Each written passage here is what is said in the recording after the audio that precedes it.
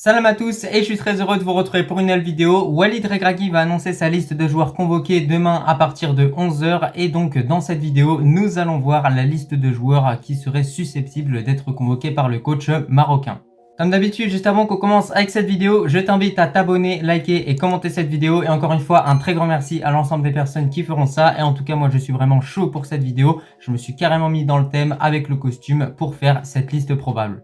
Pour commencer, on va s'intéresser aux gardiens et je ne vais pas m'éterniser au niveau de ce poste-là, tout simplement parce que je pense franchement que notre coach va sélectionner Yacine Bounou, Mounir et Mehdi Benabid. Alors ce sont des choix qui sont totalement logiques et parmi ces trois gardiens, j'ai envie de vous dire qu'il y en a vraiment deux qui doivent s'améliorer, c'est Mounir et Yacine Bounou. Yacine Bounou doit améliorer ses relances balle au pied et Mounir doit apprendre à mieux capter ses ballons parce que face à l'Afrique du Sud, il a fait quand même une boulette, il ne faut pas l'oublier. Mais sinon rien à dire au niveau de ce poste-là, je pense que logiquement, Yacine Bounou devrait continuer de performer comme il le fait depuis le début de la saison parce que du côté de Al Hilal, croyez-moi, il est vraiment en forme. On se tourne du côté des latéraux et là encore une fois je pense que Walid Regragui devrait convoquer toujours les mêmes latéraux, c'est-à-dire ces quatre latéraux là, Achraf Hakimi, Mazraoui, Hamloud et pour finir Yahya Attiatala, donc deux défenseurs du Wydad qui savent totalement faire le taf. De l'autre côté tu en as un qui joue au PSG, qui performe, qui est clairement un des meilleurs joueurs de notre équipe nationale, qui a été carrément nominé pour remporter le Ballon d'Or africain, donc c'est pas rien, on le félicite clairement Hakimi pour cet exploit-là. De l'autre côté, pour Mazraoui, c'est un petit peu compliqué la situation, on ne sait pas s'il va être à 100%, mais quoi qu'il arrive, on le prend, peut-être qu'il ne jouera pas durant la phase de poule, mais qu'il pourrait intégrer notre équipe nationale à partir des huitièmes de finale, on verra ce que ça donnera. Mais voilà, moi je trouve que honnêtement au niveau de ces quatre latéraux, il n'y a absolument rien à dire. J'espère en tout cas que Walid Regragui va choisir ces joueurs-là parce qu'honnêtement, ils méritent totalement d'être convoqués. Concernant les défenseurs centraux, malgré le fait qu'il y a vraiment beaucoup de choix, je pense qu'il faut tout de même rester lucide et le coach marocain devrait convoquer Saïs, Aguerd, Abdelhamid, Abkar et pour finir, on va avoir Yamik. Alors beaucoup vont dire ouais mais pourquoi il ne convoque pas Chadi Riyad, etc. Alors moi je pense qu'il ne devrait pas le convoquer tout simplement parce que Chadi Riyad doit rester au Betis pour tout simplement consolider sa place de titulaire indiscutable. Et j'espère me tromper parce que moi honnêtement quand je vois les performances de Chadi Riyad, je me dis que ce joueur-là mériterait 100 fois d'être convoqué. Donc peut-être que Walid va le convoquer, mais en tout cas moi de mon côté je le convoque pas, je préfère faire confiance à l'expérience de Yamik, à l'expérience également de Abkar qui joue quand même en Liga du côté de Alaves, donc il évolue au haut niveau, c'est pas rien quand même. Et à côté, voilà, tu as Saïs, Aguerd, Abdelhamid, c'est des joueurs qui sont toujours titulaires en club, qui performent, qui sont en forme. Donc voilà, au niveau de la défense, il n'y a rien à dire. Et je pense que encore une fois, pour cette Coupe d'Afrique 2023, la défense, ça va être une de nos forces. Et concernant l'ensemble des défenseurs centraux dont je viens de vous parler, je pense honnêtement que surtout Walid Regragui va les convoquer parce que ce sont ces joueurs-là qui ont été convoqués la plupart des fois lors des derniers rassemblements. Donc la logique des choses veut clairement que ce soit encore une fois ces défenseurs centraux qui soient réellement convoqués. Alors le seul qui est un petit peu inconnu au bataillon en quelque sorte, c'est Abkar parce qu'il a fait 0 apparition sous notre maillot. Donc voilà, on espère qu'il aura l'occasion durant la prochaine Coupe d'Afrique en tout cas d'effectuer ses débuts et que ce sera un défenseur costaud et qui tient totalement la baraque. En tout cas, n'hésitez pas à donner votre avis par rapport aux défenseurs que j'ai sélectionnés dans cette liste probable, mais pour moi, c'est vraiment ces défenseurs que je vous ai présentés justement qui ont le plus de chances d'être sélectionnés par notre sélectionneur. On passe désormais au milieu et je pense que notre coach optera pour Amrabat, Ounahi, Emellah, El Khanous, El Enaoui et El Azouzi. Alors de base, concernant mes choix personnels au niveau de cette liste pour la CAN 2023, j'avais pas mis El Azouzi tout simplement parce que je pensais qu'il n'allait pas être à 100% pour la compétition. Au final, il a repris l'entraînement avec son club. Il a également eu des minutes en Coupe d'Italie, je crois bien, contre l'Inter Milan, où il a livré une prestation plutôt bonne dans l'ensemble. Donc je me suis dit au final, pourquoi écarter ce joueur-là alors qu'il est quand même bon? C'est pour ça que je le prends El Azouzi. C'est vraiment la doublure parfaite pour Sofiane Amrabat. Alors que regardez, Richardson, c'est pas un joueur qui est censé être un milieu défensif, c'est plutôt un milieu central, plutôt porté vers l'avant. Donc c'est pour ça que je préfère prendre El Azouzi qui pourra nous apporter plus de qualité. Et surtout El Azouzi par rapport à Richardson, ce qui le distingue, c'est que lui, il a joué plus de minutes avec notre équipe nationale. Et lorsqu'il a joué face au Liberia, dans l'ensemble, ça s'est quand même bien passé, on va pas se mentir. Après, on peut aussi convoquer Richardson, mais il n'a pas vraiment les mêmes qualités que El Azouzi. C'est un joueur qui va être encore une fois plus porté vers l'avant, plus dans la créativité, plus dans le dribble, dans la technique, dans la passe, etc. Alors qu'El Azouzi, ça va plutôt être un boucher, un joueur qui va faire des tacles, qui va récupérer des ballons, qui va tout donner sur le terrain. Parce que voilà, El Azouzi, on n'en parle pas, mais c'est un Rif. Et on les connaît, les Rifs, bien évidemment, leur état d'esprit. C'est des joueurs, des personnes de façon générale dans la vie qui lâchent rien et qui donnent tout jusqu'au bout et qui ont un certain caractère.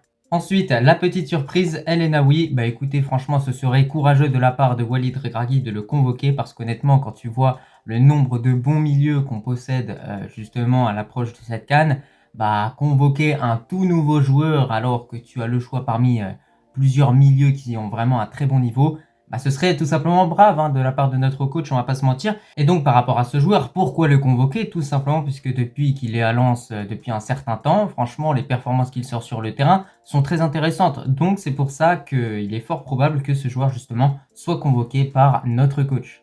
Après, bien évidemment, il est tout à fait possible que notre coach décide de faire aucune surprise à ce poste de milieu en convoquant El Azouzi plus Richardson plus les 4 autres milieux qu'on connaît. D'ailleurs, on va parler de ces milieux-là, bien évidemment.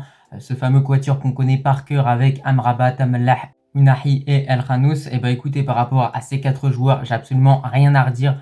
On voit que en ce moment, le milieu, ça a été réellement une de nos faiblesses en équipe nationale. Et ça, c'est quelque chose d'inquiétant parce que c'était une de nos forces durant la dernière Coupe du Monde avec le niveau qu'Amrabat a pu proposer.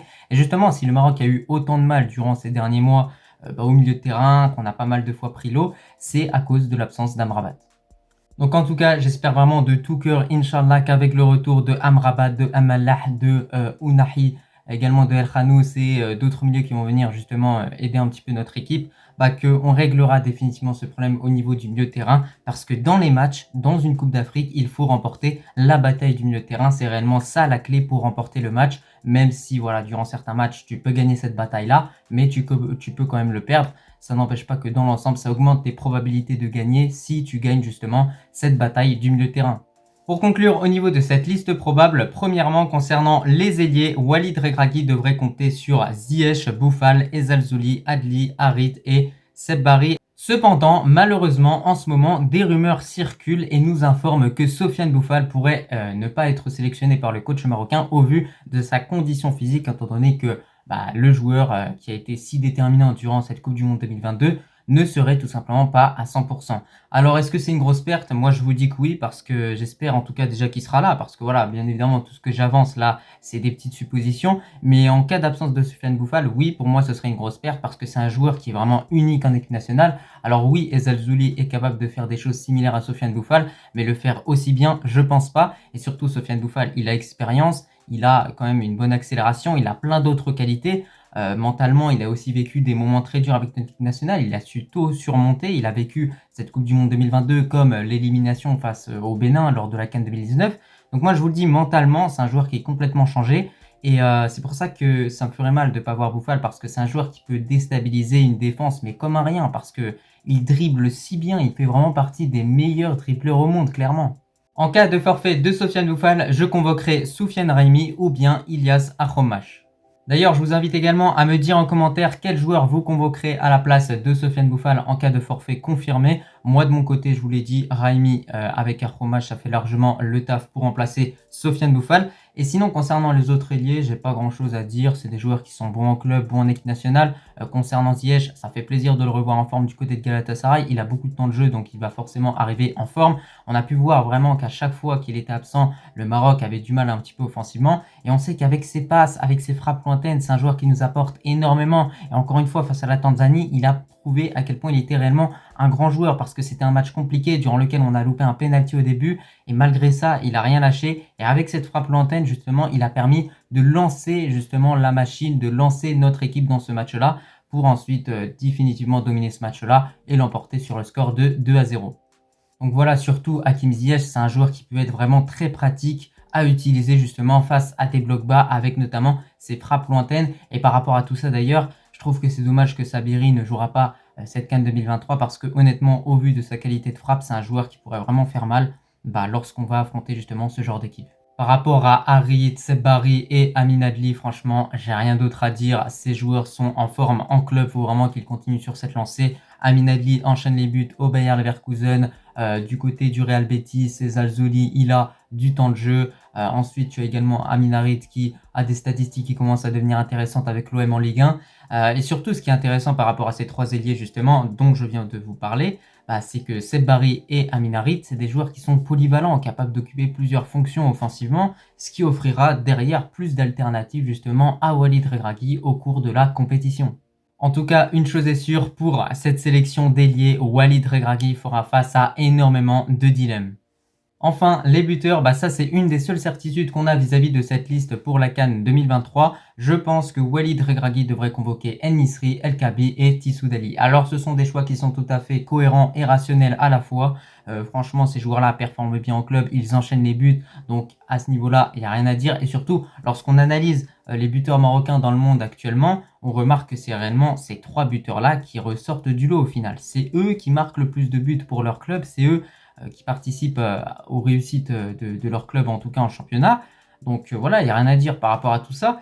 Et surtout, lorsqu'on regarde ces trois buteurs qui ont été sélectionnés, tu en as deux qui sont extrêmement expérimentés. D'un côté, tu as En-Nesyri qui a disputé la Coupe du Monde 2018, la Coupe du Monde 2022, la CAN 2021. De l'autre côté, tu as El Kaabi qui a participé à la CAN 2021, également à la Coupe du Monde 2018. Donc voilà, franchement, il y a des joueurs qui sont expérimentés, qui ont vécu beaucoup de traumatismes également avec notre équipe nationale. Donc tout ça a renforcé un petit peu leur mental.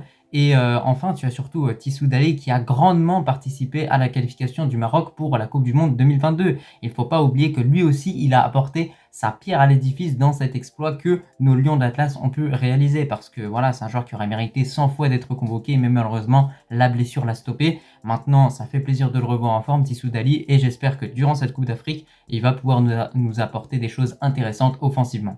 Après, tu peux aussi prendre Hamdallah ou Chedira, mais les performances de ces deux joueurs ne sont vraiment pas au top en ce moment. C'était tout pour cette liste probable. Dans l'ensemble, les joueurs que j'ai sélectionnés méritent totalement d'être convoqués. En tout cas, on verra la liste de Regragui. J'ai hâte de la voir. En tout cas, j'espère qu'il convoquera vraiment des joueurs qui méritent réellement de figurer dans notre équipe nationale durant cette Coupe d'Afrique qui se déroulera en Côte d'Ivoire. Et encore une fois, je le répète, la conférence de presse prendra place ce jeudi à 11h. Alors moi, je pense que de mon côté, je ferai un live dans lequel je diffuserai la conférence de presse peut-être, en tout cas cette liste du coup qui sera annoncée par le coach marocain, mais je pense pas que durant ce live, je parlerai, pour plusieurs raisons en tout cas. Mais en tout cas, voilà, j'espère que vous serez présents lors de ce live-là. Et bien évidemment, juste après le live, il y aura la petite vidéo réaction par rapport à la liste. En tout cas, j'espère que cette vidéo t'a plu. Moi, je te remercie si tu l'as regardée dans son entièreté et je te dis tout simplement à la prochaine. Et dis-moi aussi si tu as bien évidemment aimé mon style vestimentaire aujourd'hui.